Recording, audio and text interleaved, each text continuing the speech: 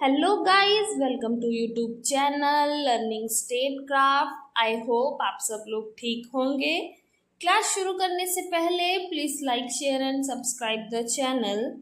Last class में हमने हमारा टॉपिक किया था थ्योरी ऑफ लीगल सोवेनिटी, जिसे मोनिस्टिक थ्योरी ऑफ सोवेनिटी भी कहा जाता है। आई होप कि ये थ्योरी क्लियर हो गई होगी। इस थ्योरी में हमने ये जाना था कि जो हमारी प्रभुसत्ता होती है वो एक होती है और उस पर राज्य का अधिकार होता है। राज्य के अलावा कोई भी संगठन या संस्था जो है वो प्रभुसत्ता का दावा नहीं कर सकती है, और प्रभुसत्ता जो है वो हमेशा निश्चित होती है और अविभाजनीय होती है, जिसका विभाजन नहीं किया जा सकता है। और राज्य में कानून का अंतिम स्रोत जो है वो सोवरन होता है। सोवरन द्वारा दिए गए आदेश जो है वो कानून का अंतिम स्रोत होते हैं। इसके अलावा कोई भी स्रोत जो है वो कानून का नहीं होता है। ना ही नैतिकता, जनमत या रीति रिवाज जो हैं ये कानून का स्रोत नहीं माने जाते हैं इस सिद्धांत के अनुसार। और यहाँ पे ये भी कहा जाता है कि अगर कोई व्यक्ति जो है इन कानूनों का उल्लंघन करता है तो वह दंड का अधिकारी होता है। ये मानना है मोनिस्टिक थ्योरी ऑफ सोवेनिटी का। आई होप क्लियर हो गया होगा। आज हम नेक्स्ट थ्योरी करने जा रही हैं जो है pluralistic theory of sovereignty. Let's start the class. The pluralistic theory of sovereignty challenges the traditional idea that the state holds absolute indivisible power. Instead, argue that sovereignty is distributed among various institutions in society, like religious bodies, trade unions, families, and corporations, each of which hold a degree of authority and influence. They believe that are many associations in the state which contributes equally to the development of individuals. Individuals are also loyal to these associations. Pluralistic theory of sovereignty, जिसे हिंदी में प्रभुसत्ता का बहुल्यवादी सिद्धांत कहा जाता है, इनका मानना ये है कि जो हमारी परंपरावादी विचार है कि प्रभुसत्ता का अधिकार जो है वो राज्य के पास है और प्रभुसत्ता जो है वो अविभाजनीय है, जिसका विभाजन नहीं किया जा सकता, वो उनके इस विचार को अस्वीकार करते हैं, विरोध करते हैं। उनका मानना ये है कि राज्य में, हमारे समाज में जो भी संस्थाएं पाई जाती हैं उनके बीच में प्रभुसत्ता की जो शक्ति है वो बटी हुई होती है। फिर चाहे वो हमारी कोई धार्मिक संस्था हो, हमारे व्यापार संबंधित कोई संस्था है, हमारा परिवार है या अन्य कोई भी संस्था है, उनके बीच में वो शक्ति बटी हुई होती है, क्योंकि इन सभी संस्थाओं में एक प्रकार की अथॉरिटी होती है और इनका एक इन्फ्लुएंस होता है व्यक्ति के ऊपर, कि व्यक्ति के विकास में इनका एक प्रभाव जो है वो देखने को मिलता है। तो यहाँ पर इनका विश्वास ये है कि राज्य में अनेक संस्थाएं पाई जाती है जो व्यक्ति के विकास के लिए अब योगदान देती हैं, और व्यक्ति जो है वो भी इन संस्थाओं के प्रति वफादार होता है। नेक्स्ट टॉपिक है हमारा main supporter of pluralistic theory of sovereignty, जिसमें फर्स्ट है हमारे doctor J Neville Figgis was a key figure in the development of pluralistic theory of sovereignty, and his idea laid the groundwork for later thinkers like Herdal Lasky and J.D.H. Cooley. He believed that multi-associations like the church, guilds, and families possess their own legitimate authority. The state is not the creator of all the association. यहाँ पर अगर हम देखें तो हम ये कह सकते हैं कि डॉक्टर जे नेवी फिगीस जो है वो प्लूरलिस्टिक थ्योरी ऑफ सोवेनिटी जो है इसके डेवलपर माने जा सकते हैं, जिन्होंने एक बेस प्रोवाइड किया आने वाले नए विचारकों के लिए। यहाँ पर फिगीज का मानना ये है कि हमारे स्टेट में, हमारे राज्य में विभिन्न प्रकार की जो संस्थाएं हैं वो पाई जाती है, जैसे चर्च है या हमारे कार्य संबंधी, ट्रेड संबंधी जो हमारी ऑर्गेनाइजेशंस होती हैं, यूनियंस होती हैं, वो है या हमारा परिवार है, ये सभी एक प्रकार की अथॉरिटी जो है वो रखते हैं। और हर बार कोई भी अगर संस्था बनती है, कोई संघ बनता है, तो उसका क्रिएटर जो है हर बार स्टेट नहीं होता है, ऐसा मानना है फिगीज का। प्लूरलिस्टिक थ्योरी ऑफ सोवेरेनिटी के नेक्स्ट सपोर्टर है hurdle Laski. He argued that sovereignty is not absolute and that legal authority is dispersed among various societal groups. यहाँ पर लास्की का ये आर्ग्यूमेंट है कि जो हमारी प्रभुसत्ता होती है वो निश्चित नहीं है, ये हमारे समाज में पाए जाने वाली जो विभिन्न संस्थाएं हैं उनके बीच में बटी हुई होती हैं और ये मिलकर जो है एक व्यक्ति के विकास के लिए कार्य करती हैं। हमारे प्रभुसत्ता का बहुल्यवादी सिद्धांत के अगले समर्थक जो हैं वो हैं Robert M MacIver. He emphasized that the state is just one of many human associations and should not claim exclusive allegiance. यहाँ पर मकाइवर कह रहे हैं कि जो हमारा राज्य होता है ये भी अन्य संस्थाओं की तरह एक संस्था है जो मानव विकास के लिए मानव समाज में पाई जाती है। इसके पास अलग से कोई शक्ति या कोई विशेष स्टेटस जो है इसका नहीं होता है, ये भी अन्य संस्थाओं की तरह जो है व्यक्ति के विकास के लिए कार्य करती है। नेक्स्ट टॉपिक है हमारा मेन आइडियाज ऑफ प्लूरलिस्टिक्स, बहुल्यवादियों का मुख्य विचार। फर्स्ट है the state is one association among various associations. यहाँ पे कह रहे हैं कि जो हमारा राज्य होता है वो भी अन्य संस्थाओं की तरह एक संस्था होती है, एक समुदाय होता है और इसका अपना कोई खास दर्जा जो है वो नहीं होता है। राज्य जो होता है वो केवल राजनीतिक कार्य जो है वो करता है और एक व्यक्ति जो है उसका बहुपक्षीय विकास होना जो है वो ज़रूरी होता है ताकि एक व्यक्ति का होलिस्टिक डेवलपमेंट जो है वो हो सके। तो उसके लिए सामाजिक, आर्थिक, राजनीतिक, धार्मिक, सांस्कृतिक, नैतिक जीवन के हर पक्ष का विकास होना ज़रूरी होता है और इसके लिए समाज में अलग अलग संस्थाएं जो है वो पाई जाती हैं, जिसमें से राज्य भी एक संस्था है जो राजनीति से संबंधित कार्य करता है और व्यक्ति जो है वो हर संस्था के प्रति वफादार होता है और उनके आदेशों का पालन करता है।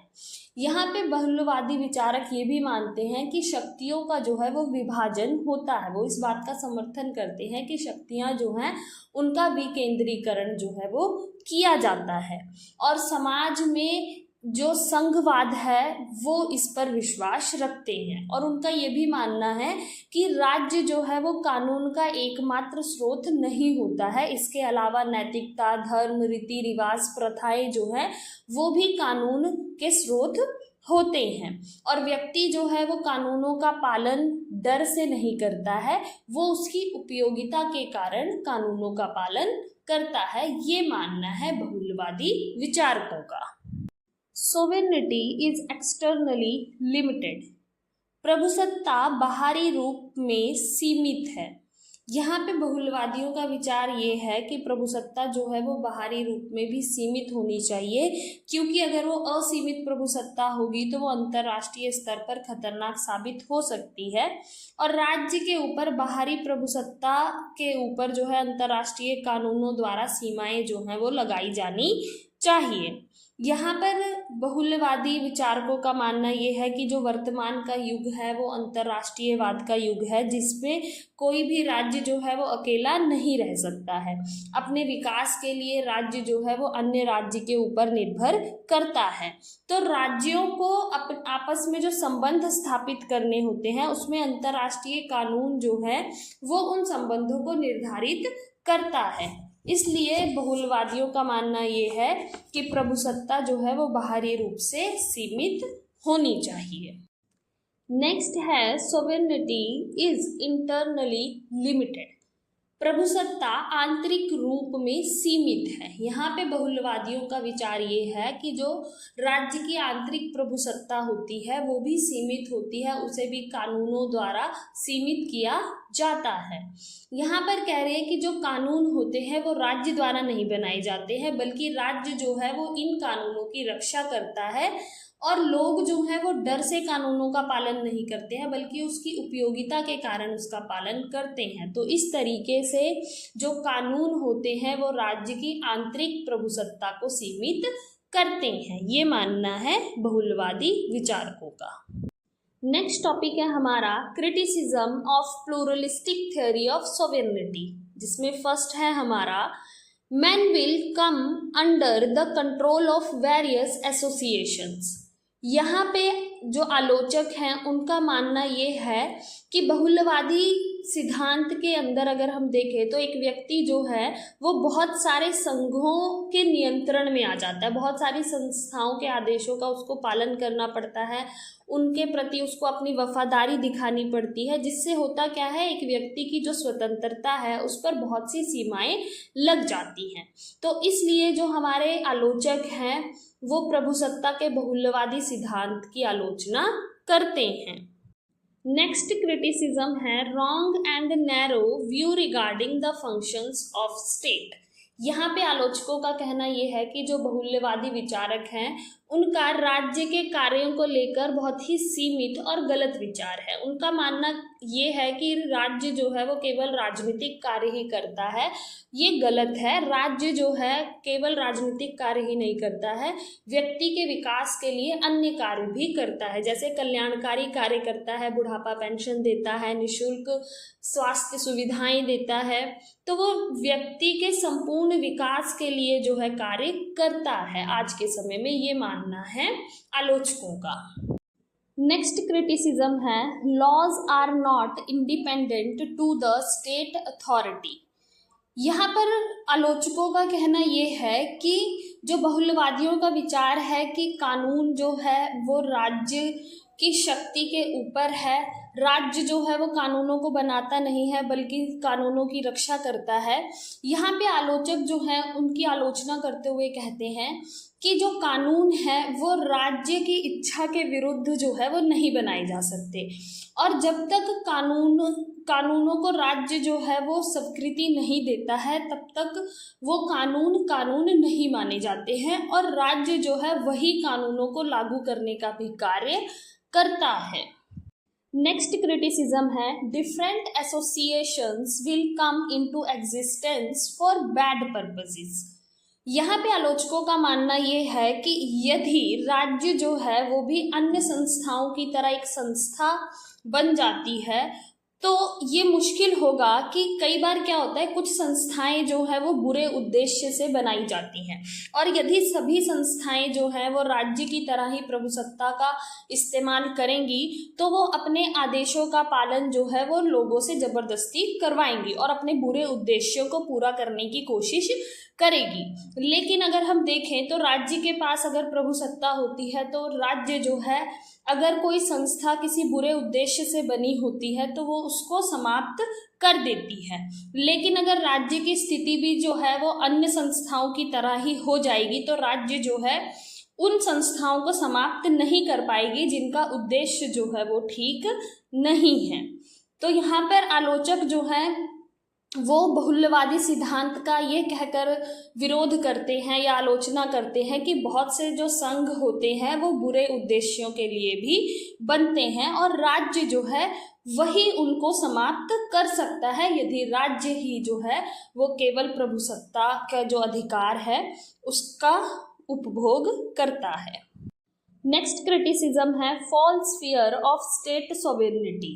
यहाँ पे आलोचकों का कहना ये है कि जो बहुल्यवादी राज्य की प्रभुसत्ता के विचारक हैं वो कहीं ना कहीं राज्य की प्रभुसत्ता की गलत तस्वीर जो है वो पेश करते हैं। यहाँ पे आलोचकों का कहना ये है कि जो राज्य की प्रभुसत्ता होती है वो कहीं ना कहीं सभी संस्थाओं को अधिक से अधिक अधिकार देती है ताकि वो अपना विकास कर सके, और व्यक्ति जो होते हैं उनको स्वतंत्रताएं देती हैं, उनको अधिकार देती है ताकि व्यक्ति जो है वो अपना विकास कर सके, और राज्य ही है जो इन अधिकारों का, इन स्वतंत्रताओं का रक्षा करता है। तो यहाँ पे आलोचकों का कहना ये है कि यदि आप राज्य की प्रभुसत्ता उनसे ले लेंगे या उनको अन्य संस्थाओं की तरह समान कर देंगे तो जो व्यक्ति के अधिकार हैं, जो व्यक्ति की स्वतंत्रताएं हैं, वो सुरक्षित नहीं रहेंगी।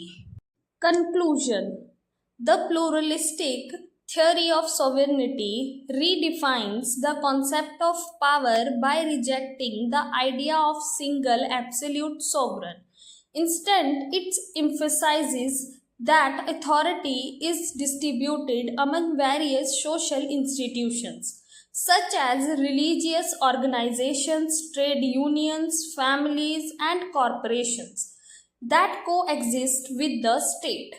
This theory promotes decentralization, inclusivity, and moral legitimacy, arguing that the state is just one of many associations, not inherently superior to others.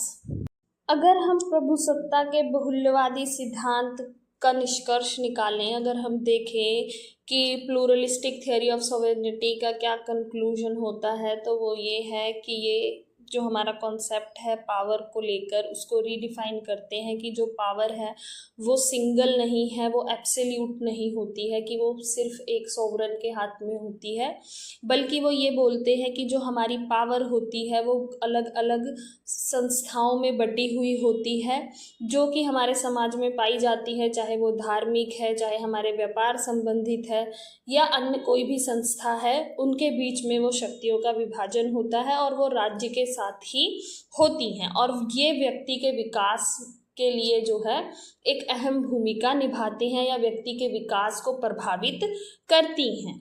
इस थ्योरी का ये भी मानना है कि जो हमारी पावर होती है उसको बांटा जा सकता है विभिन्न स्तरों में, और इसमें बहुल्यवाद होता है, ये व्यक्ति के हर पक्ष को ध्यान में रखकर कार्य करती है। यहाँ पर जो हमारे कानून होते हैं उनमें एक नैतिकता होती है, और ये भी आर्ग्यू करते हैं कि जिस तरीके से अन्य सभी संस्थाएं कार्य करती हैं व्यक्ति के विकास के लिए, उसी तरीके से जो राज्य है वो भी व्यक्ति के विकास के लिए कार्य करता है, और ये अन्य संस्थाओं के बीच में इसका कोई अलग से औहदा या दर्जा जो है वो नहीं होता है। ये मानना है बहुल्यवादी प्रभुसत्ता के सिद्धांतवादियों का।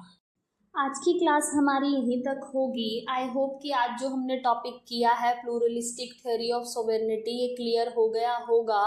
इस टॉपिक को लेकर अगर किसी के कोई क्वेश्चन है तो वो कमेंट करके पूछ सकते हैं। आज की क्लास यहीं तक। Thank you for watching. Please like, share and subscribe the channel.